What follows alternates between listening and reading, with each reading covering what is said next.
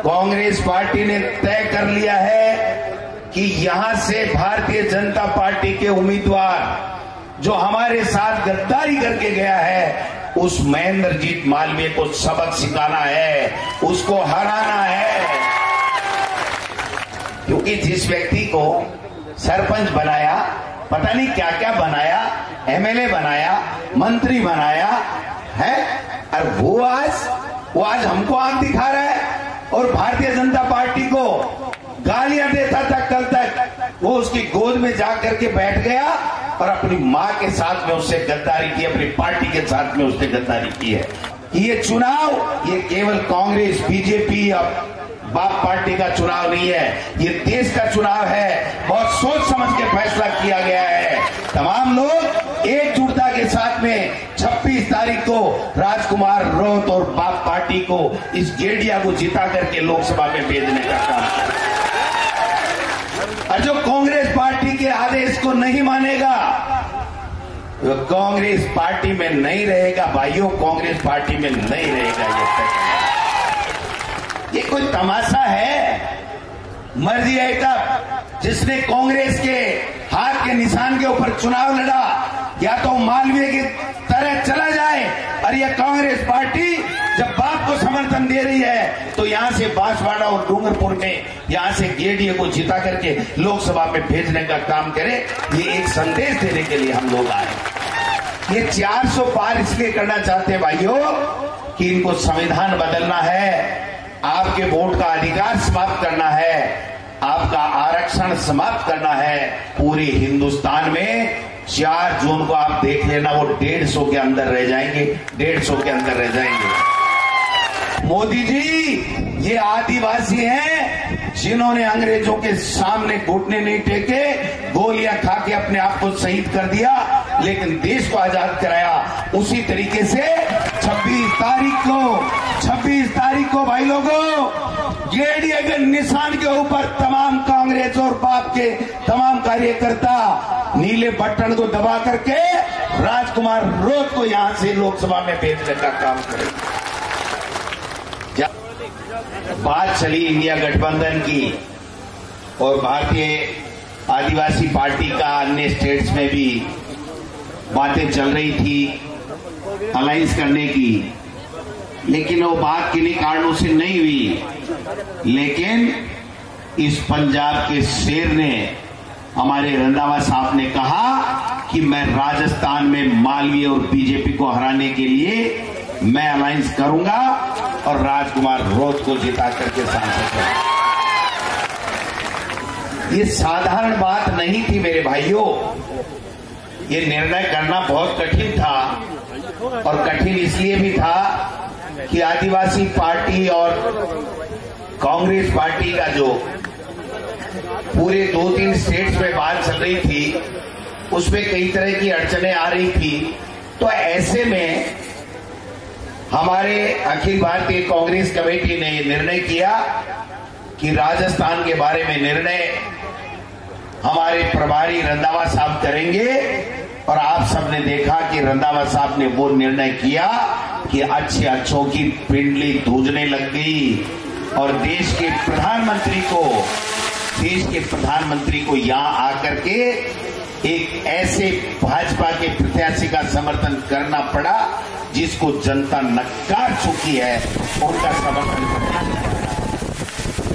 यहाँ पर जिग्नेश मेवाणी जी भी, जो देश के बहुत ही होनहार नेता और जो बात रखते हैं, तो मैं समझता हूँ ये क्रांतिकारी विचारों के जनक हैं। जिग्नेश मेवाणी जी भी आए हैं, हमारे वरिष्ठ नेता ताराचंद भगोरा साहब भी हैं, हमारे विधायक नानालाल जी इनामा साहब भी हैं, हमारे उमेश जी डामोर साहब भी हैं, एमएलए साहब राम प्रसाद जी इंदौर भी हमारे साथ में एमएलए थे, बल्लभ जी पाटीदार हमारे जिलाध्यक्ष कांग्रेस के हैं, हमारे अखिल भारतीय कांग्रेस कमेटी के सदस्य भाई दिनेश जी खोडनिया साहब भी हैं, हमारे जिलाध्यक्ष रमेश जी पांड्या साहब भी हैं, शंकर जी यादव, अमुतोष जी जो हमारे बाप पार्टी के अध्यक्ष हैं, असरार अहमद जी, मुझे शेयर करना, शंकर लाल जी, आहारी जी और तमाम आदरणीय सम्मानित मंच और हम सबको, आप जो सामने बैठे हो, मंच पे बैठाने वाले हो, आप सबको प्रणाम करता हूं, सैल्यूट करता हूं, नमस्कार करता हूं, जय जोहर करता हूं। भाइयों, हम यहां 10:30 बजे पहुंचने वाले थे, लेकिन आपको तो पता है कि अभी बीजेपी में क्या चल रहा है, देश में क्या चल रहा है। रात से आए बैठे हैं मुख्यमंत्री जी और कह दिया डोटासरा जी और रंधावा जी को लेट कर दो, इनका प्रोग्राम नहीं होगा, इनकी मीटिंग नहीं होगी, इनका मैसेज खराब चला जाएगा। लेकिन उनको ये पता नहीं कि ये आदिवासी हैं, ये अंग्रेजों के सामने भी नहीं झुके, प्राणों को बलि देकर के, प्राण न्योछावर करके भी देश को आजाद कराया। ये इस बांसवाड़ा डूंगरपुर को भी बीजेपी से आजाद करा के छोड़ेंगे, आजाद करा के छोड़ेंगे, ये मैं कहना चाहता हूं। ज्यादा लंबी चौड़ी बात नहीं करूंगा। देश के प्रधानमंत्री ने ये ठान लिया है कि भारतीय जनता पार्टी का अगर तीसरी बार राज देश में आ गया तो न तो आदिवासी बचेगा, न ये देश बचेगा, न ये लोकतंत्र बचेगा और न बाबा साहब का दिया हुआ संविधान बचेगा। ये तय कर लिया देश के प्रधानमंत्री ने।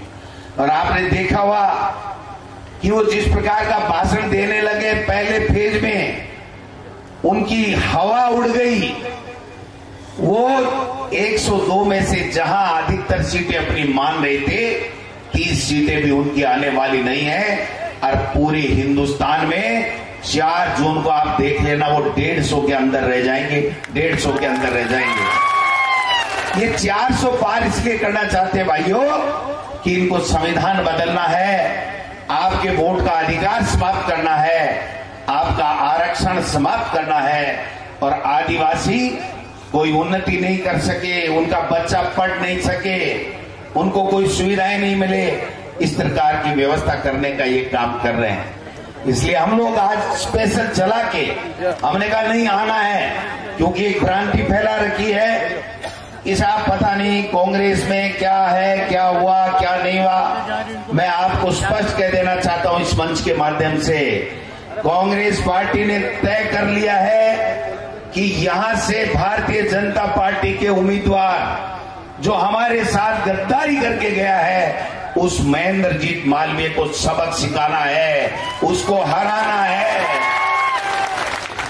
क्योंकि जिस व्यक्ति को सरपंच बनाया, पता नहीं क्या क्या बनाया, एमएलए बनाया, मंत्री बनाया है, और वो आज हमको आंख दिखा रहा है और भारतीय जनता पार्टी को गालियां देता था। कल तक वो उसकी गोद में जाकर के बैठ गया और अपनी मां के साथ में उससे गद्दारी की, अपनी पार्टी के साथ में उसने गद्दारी की है।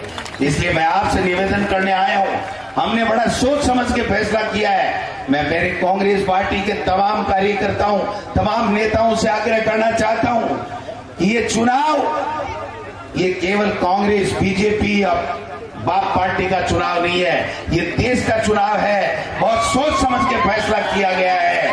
तमाम लोग एकजुटता के साथ में 26 तारीख को राजकुमार रोहत और बाप पार्टी को, इस गेडिया को जिता करके लोकसभा में भेजने का काम करें।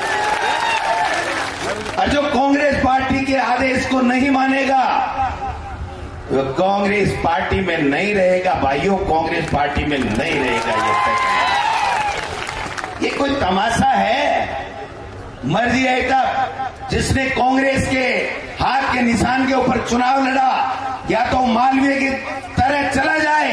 और यह कांग्रेस पार्टी जब बाप को समर्थन दे रही है तो यहां से बांसवाड़ा और डूंगरपुर में यहां से गेडीए को जिता करके लोकसभा में भेजने का काम करे। ये एक संदेश देने के लिए हम लोग आए।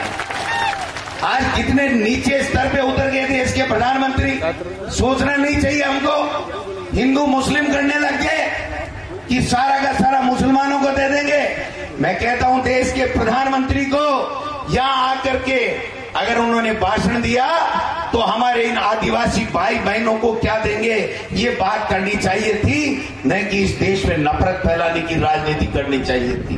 देश में नफरत फैला करके, देश के टुकड़े टुकड़े करके वो अपने सत्ता में काबिज रहना चाहते हैं। ये मुमकिन नहीं है। मोदी जी, ये आदिवासी हैं जिन्होंने अंग्रेजों के सामने घुटने नहीं टेके, गोलियां खा के अपने आप को शहीद कर दिया, लेकिन देश को आजाद कराया। उसी तरीके से 26 तारीख को भाई लोगों, जेडीए के निशान के ऊपर तमाम कांग्रेस और बाप के तमाम कार्यकर्ता नीले बटन को दबा करके राजकुमार रोत को यहां से लोकसभा में भेजने का काम करेंगे।